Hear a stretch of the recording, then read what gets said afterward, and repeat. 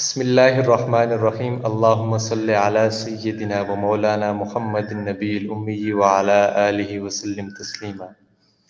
ناظرین، آپ کو خوش آمدید کہتا ہوں انوارات رمضان کی افطار نشریات میں، جو آپ البنوریہ میڈیا ہاؤس سے براہ راست سماعت فرما رہے ہیں۔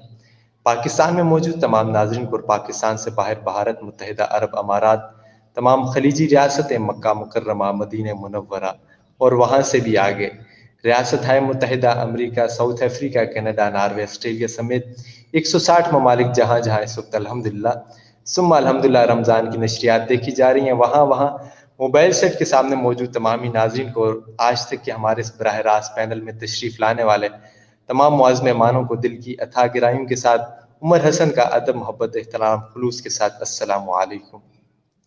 ناظرین محترم، آج پاکستان میں 5 رمضان المبارک ہے اور پاکستان سے باہر بعض ممالک میں آج 6 رمضان المبارک ہے۔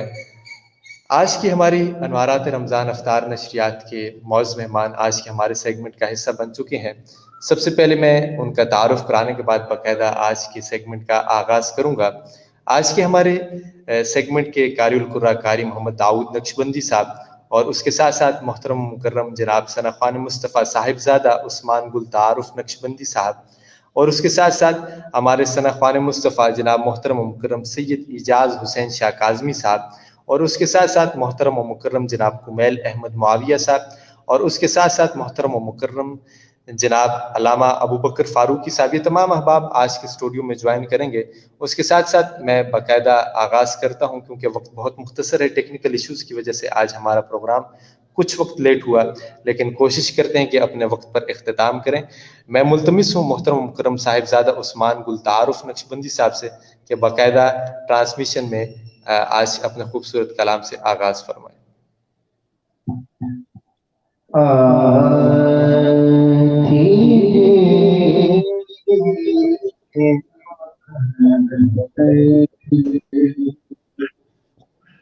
گدائی تیرے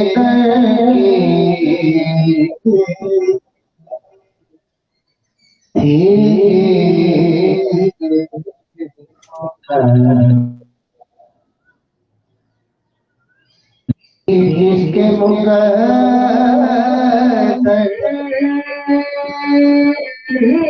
میں گدائی تیرے در کی قدرت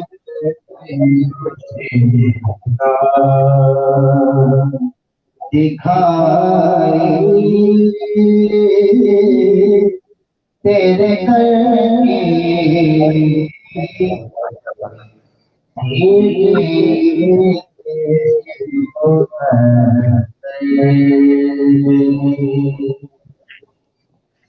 ایک نعمت علماء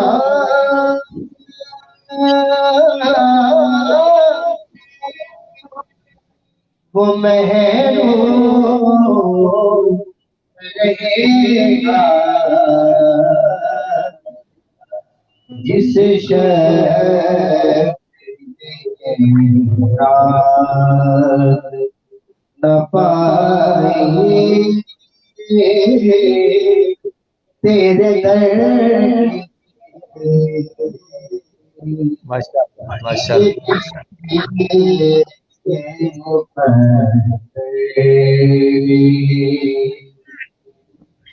آیا ہے نصیب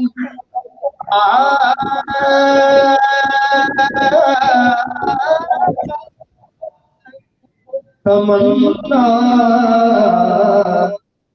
یہ پلکوں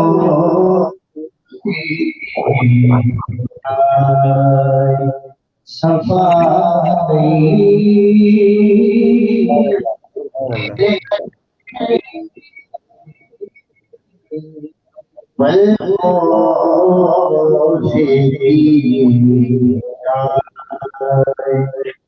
صفائی تیرے در کی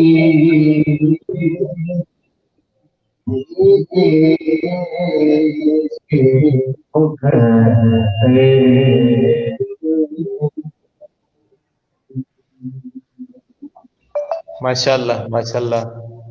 عثمان بھائی ایک آخری کلام آپ کا، کیونکہ آپ کے پاس 2-3 منٹ مزید ہیں، اس کے بعد ہم اپنے اگلے معزز مہمان کی جانب بڑھتے ہیں. سر حسد کا نبی سبحان اللہ.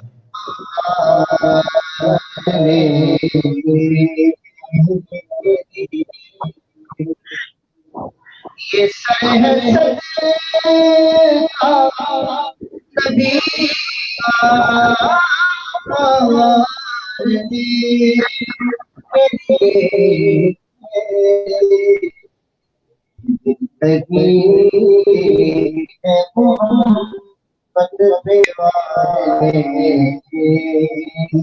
ماشاءاللہ.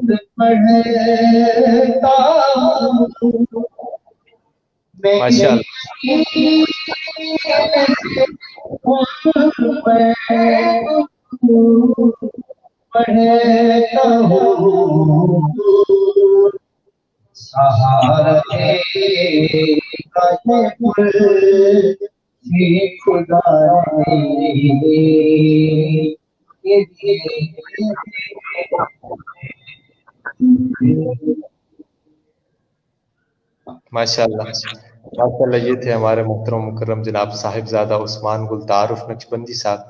اللہ تعالیٰ مزید عزتیں ترقیاں خوشیاں نصیب فرمائے. آج کے خصوصی سیگمنٹ میں وقت دیا، اللہ تعالیٰ آپ کو مزید عزتیں ترقیاں خوشیاں نصیب فرمائے.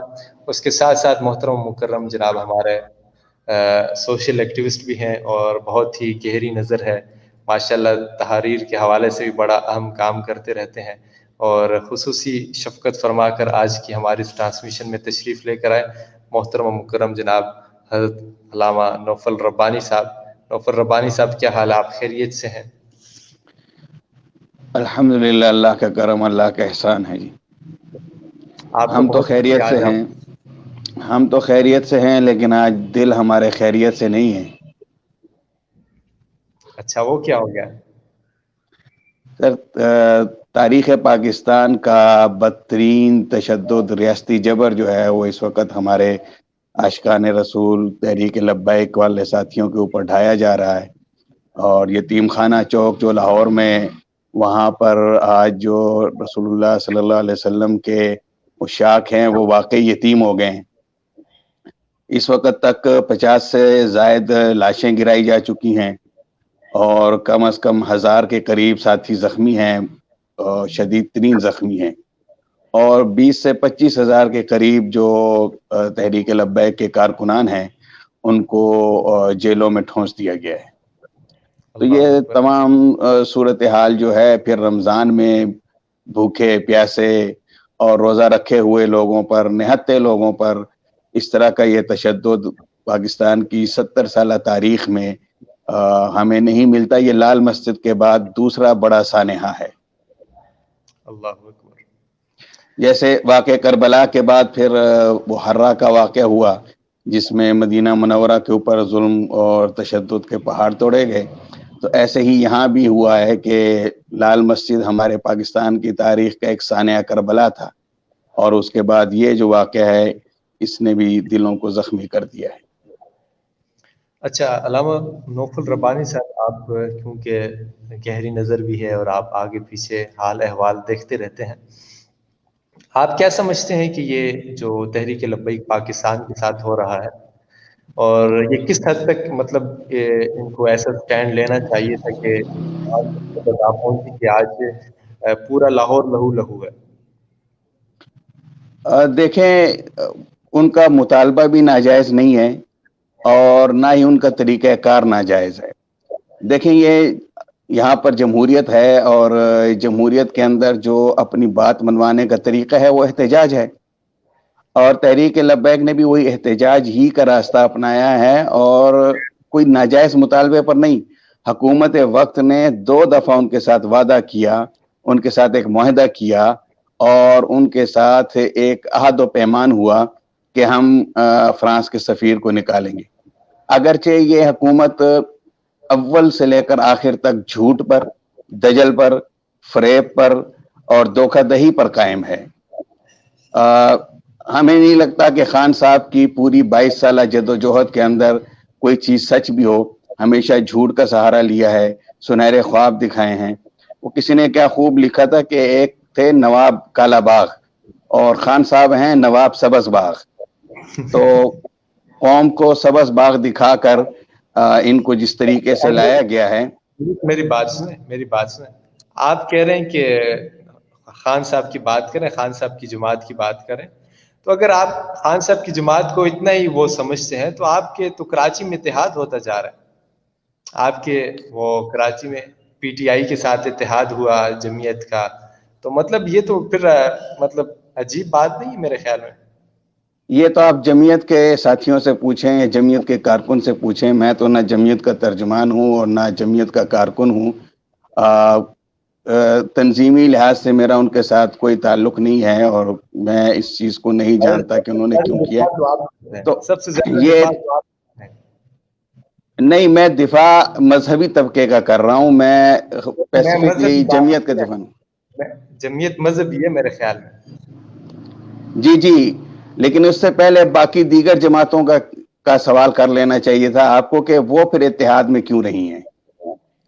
جمعیت کا اتحاد تو اگر ہوا بھی ہے تو ایک سیٹ پر ہوا ہوگا اور اس کی بھی کہیں تردید آ رہی ہے، کہیں موافقت میں باتیں آ رہی ہیں. کوئی کہہ رہا ہے نہیں ہوئی، کوئی کہہ رہا ہے ہوئی ہے. بہرحال جو بھی ہے ہم اس کو تسلیم بھی کر لیں کہ ہوئی ہے. تو وہ ایک سیٹ کا جی. بہرحال ربانی صاحب، ہم آگے چلتے ہیں کہ آپ نے کل کا وہ کلپ سنا ہوا ہوگا، کیا نام ہے، علی زیدی صاحب کا ایک کوئی کلپ تھوڑا بہت وائرل ہوا. بعد میں انہوں نے اس میں کہا کہ یہ میرا جو منہ ہے وہ ہیک ہو گیا یا میری آواز وغیرہ وغیرہ نا. تو اس میں بہت ایسی باتیں میرے خیال میں آپ کی من پسند کی گئی ہیں. تو آپ اس مطلب کلپ کو کس حوالے سے دیکھتے ہیں اور کیا سمجھتے ہیں کہ واقعی انہوں نے مطلب نیند کی حالت میں کچھ سچ ہی کہہ دیا؟ دیکھیں، یہ میں نے آپ کو بتایا کہ یہ حکومت بہت جھوٹی ہے. سچ یہ تبھی بولتی ہے جب یہ جو ہے بنت انگور کے زیر اثر ہوں، تب ہی سچ بولتی ہے. اور شاید اس کلپ میں بھی ایسا ہوا ہے. میں نے تو اس کے شروع کے 1-2 جملے سنے جس میں وہ علامہ خادم حسین رضوی کو گالی دے رہے ہیں اور وہ واہیات گالی. تو اس کے بعد جو ہے وہ اس کو سننے کا نہ تو حوصلہ تھا اور نہ میری انسانی شرافت اجازت دیتی تھی کہ اس مغلظات کو، ان بکواسات کو اور اس غلاظت کے ایک شجرے کو میں سن سکوں. اچھا، اس میں نہیں کچھ انہوں نے باتیں کی تھی کہ بہت زیادہ یہ آگے ہیں، روڈوں پر آگے ہیں مذہبی، مطلب تھوڑا بہت اس میں یہ تھا کہ آپ نے کچھ بھی نہیں سنا اس حوالے سے؟ نہیں، میں نے اس کو نہیں سنا. میں نے پہلی گالی پہ ہی اس کو چھوڑ دیا کہ گالیاں سننے کا کیا فائدہ. رمضان شریف ہے، بابرکت مہینے، قرآن کی تلاوت سنیں، کوئی نعت سنیں، کوئی حمد سنیں. اور یہ ان کے وزیر، جبکہ اس اصل میں جس طبقے کے ساتھ علی زیدی کا تعلق ہے، جس اقلیتی اور فاشسٹ طبقے کے ساتھ ان کا تعلق ہے، ان کا مذہب ہے تبرہ. गाली उनका मजहब है, तबर्रा, बकवास करना, यावा गोई, फोहश गोई, ये उनका मजहब है। और ये तो वो अपने लीडर को कह रहे हैं ना, ये तो इस्लाम के लीडरों पर तबर्रा पढ़ते हैं। क्या आपको नहीं पता जनाब सैयदना सिद्दीक अकबर रजी अल्लाह तआला अन्हु, जनाब उमर इब्न खत्ताब रजी अल्लाह तआला अन्हु, हजरत उस्मान रजी अल्लाह तआला अन्हु और दीगर तमाम सहाबा, खास तौर पे वो सहाबा किराम जिनका ताल्लुक जो है वो बनी हाशिम से ना हो, बनु उमैया से हो, तो इनके मजहब का ये हिस्सा है। इसलिए मुझे इसकी यावा गोई पे या बकवास पर कोई बहुत ज्यादा हैरत नहीं है, ये इनके रोज का मामूल है। आपकी जानिब जी इफ्तारी का वक्त हो गया हमारे यहाँ लाहौर में। सवाल ये कि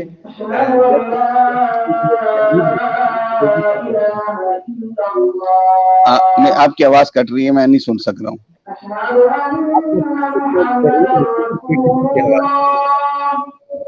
किसके हवाले से?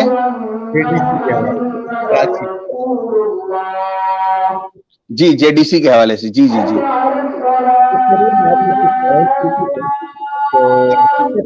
कि वाकई ये इस किस्म के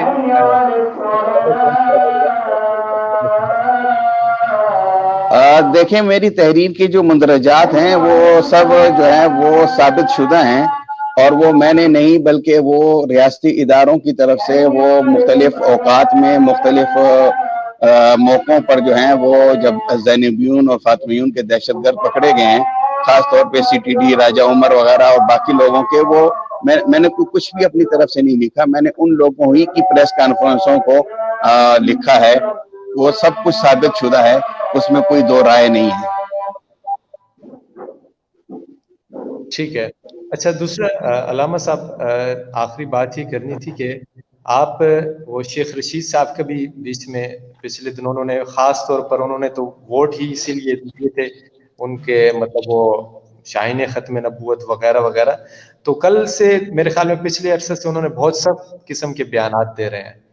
तो क्या आप समझते हैं कि ये क्या जब अपनी सीट वजारत से हटेंगे तो फिर इनका मुस्तकबिल क्या होगा?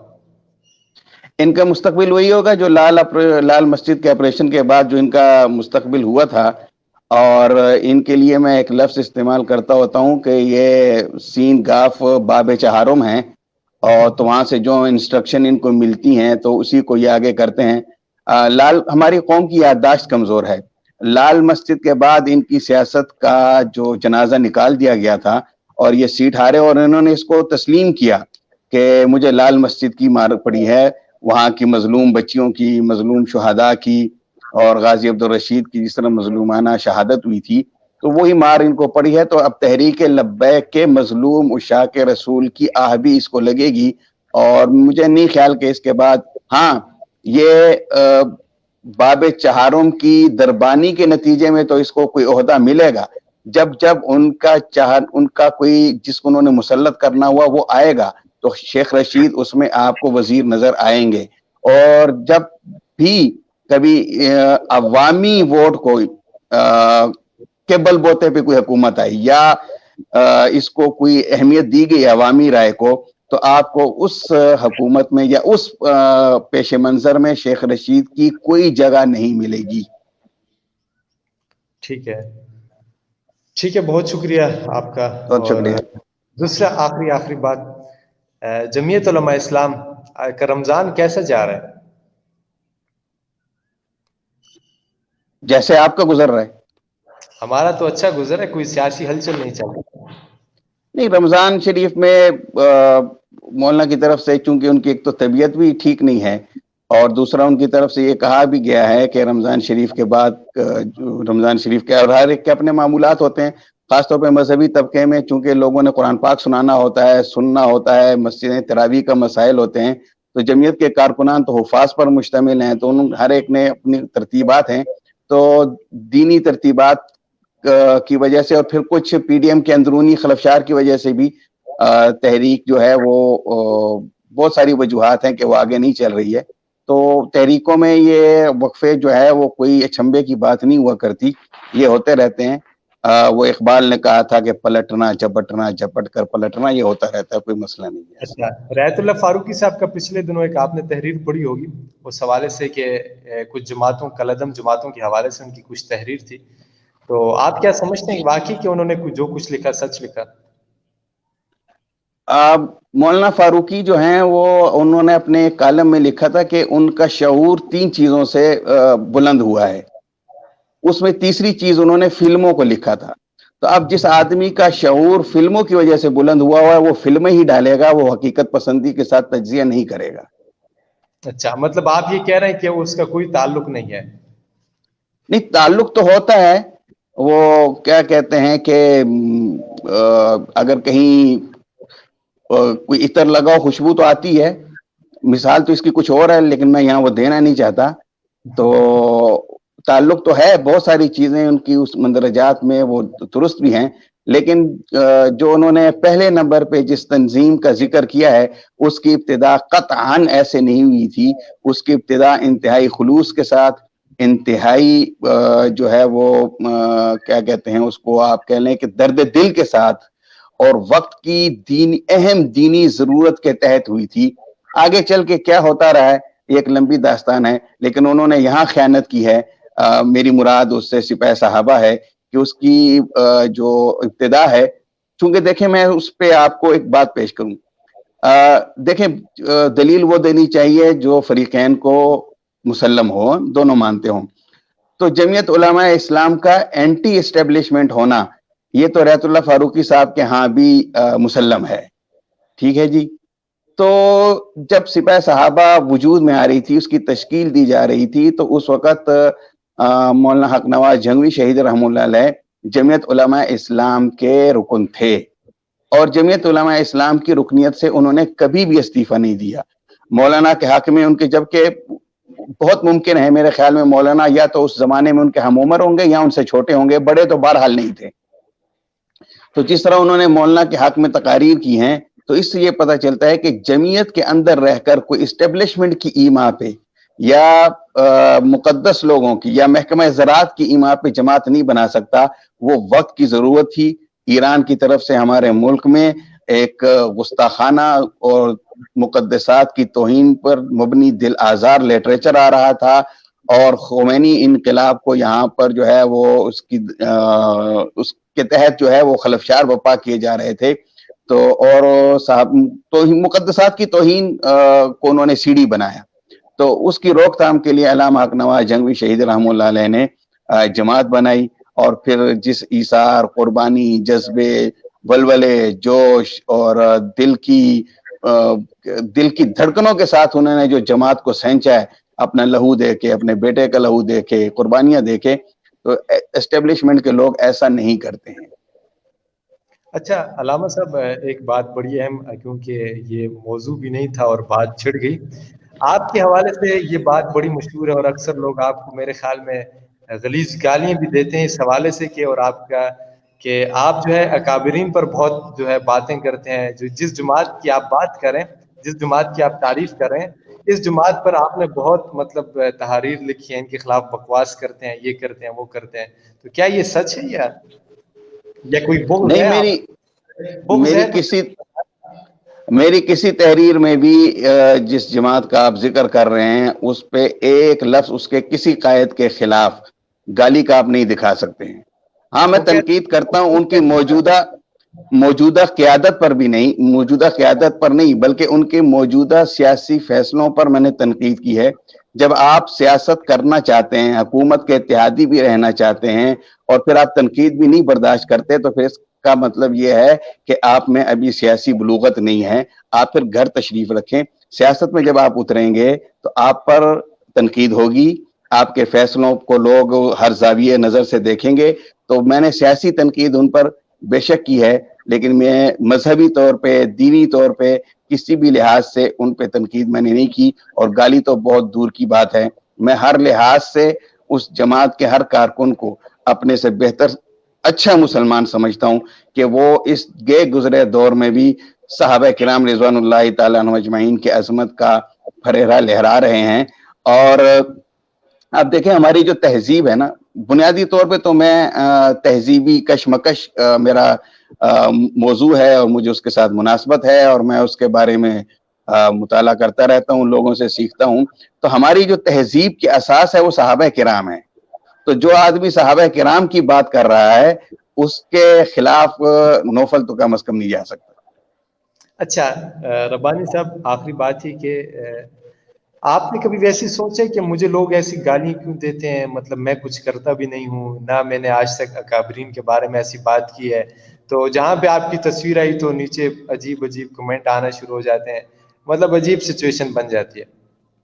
देखें, आप एक दीन का काम कर रहे हो, हक काम कर रहे हो, आपको गाली ना पड़े तो समझे कहीं ना कहीं गड़बड़ है। आपको गाली पड़ रही है, आपके खिलाफ लोग हो रहे हैं, तो समझें कि आपका काम ठीक है। जज़ाकल्लाह, बहुत शुक्रिया। अल्लाह ताला आपको बहुत खुश शुक्रिया। आज की हम अफ्तार नशरियात के इख्तिताम करते हैं। अल्लाह ताला आपके अमल में बरकतें अता फरमाए। आज की इस अफ्तार नशरियात का इख्तिताम करते हैं। इंशाअल्लाह कल नए मेहमानों के साथ दोबारा इसी वक्त में आप सब अहबाब से मुलाकात होगी। खुसूसी दुआ में याद रखिएगा।